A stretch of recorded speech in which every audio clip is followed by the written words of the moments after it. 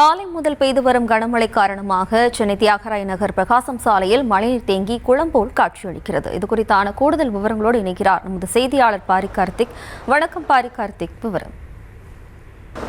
காலை முதல் பெய்து வரும் கனமழை காரணமாக சென்னை தியாகராய நகர் பிரகாசம் சாலையில் மழைநீர் தேங்கி குளம் போல் காட்சியளிக்கிறது.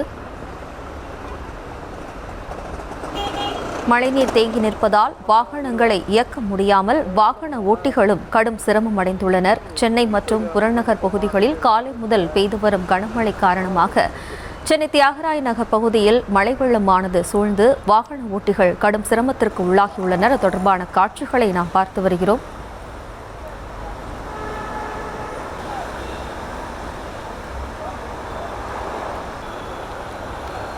காலை முதல் பெய்து வரும் கனமழை காரணமாக சென்னை தியாகராய நகர் பிரகாசம் சாலையில் மழைநீர் தேங்கி குளம் போல காட்சியளிக்கிறது.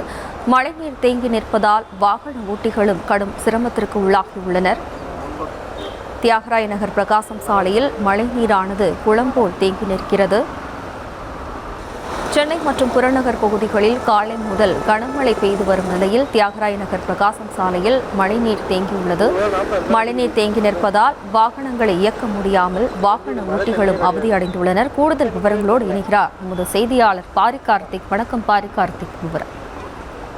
வணக்கம். சென்னையில் பெய்த கனமழையின் காரணமாக தாழ்வான பகுதிகளில் தண்ணீர் தேங்கியிருக்கிறது. குறிப்பாக டி நகர் உள்ளிட்ட பல்வேறு இடங்களில் தாழ்வான பகுதிகளில் தண்ணீர் அதிக அளவு தேங்கியிருக்கிறது.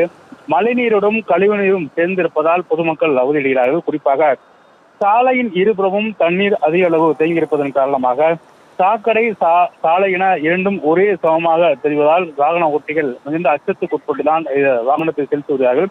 குறிப்பாக அந்த பகுதியை பொறுத்த வரைக்கும் மெட்ரோ பணிகளும் ஒரு பக்கம் நடைபெற்று வருகின்றன. எனவே அதன் காரணமாக சாலையினுடைய அளவு மிகுந்த குறைவாக காணப்படுவதால் போக்குவரத்து நெரிசலும் ஏற்பட்டிருக்கிறது. நகரில் பல இடங்களில் தண்ணீர் அந்த அளவுக்கு தேங்கியிருந்தாலும் கூட மாநகராட்சி ஊழியர்கள் உடனுக்குடனாக அந்த தண்ணீரை எடுக்கும் பணியில் ஈடுபட்டு வருகிறார்கள். தொடர்ச்சியாக டி நகரில் சில இடங்களில் தண்ணீரானது தற்போது தேங்கியிருக்கிறது. அதையும் மாநகராட்சி ஊழியர்கள் மழையும் பொருட்படுத்தாமல் ஒரு பக்கம் மோட்டார் மூலியமாக எடுத்துக் கொண்டிருக்கிறார்கள் என்பது குறிப்பிடத்தக்கது. விவரங்களுக்கு நன்றி பாரி கார்த்திக்.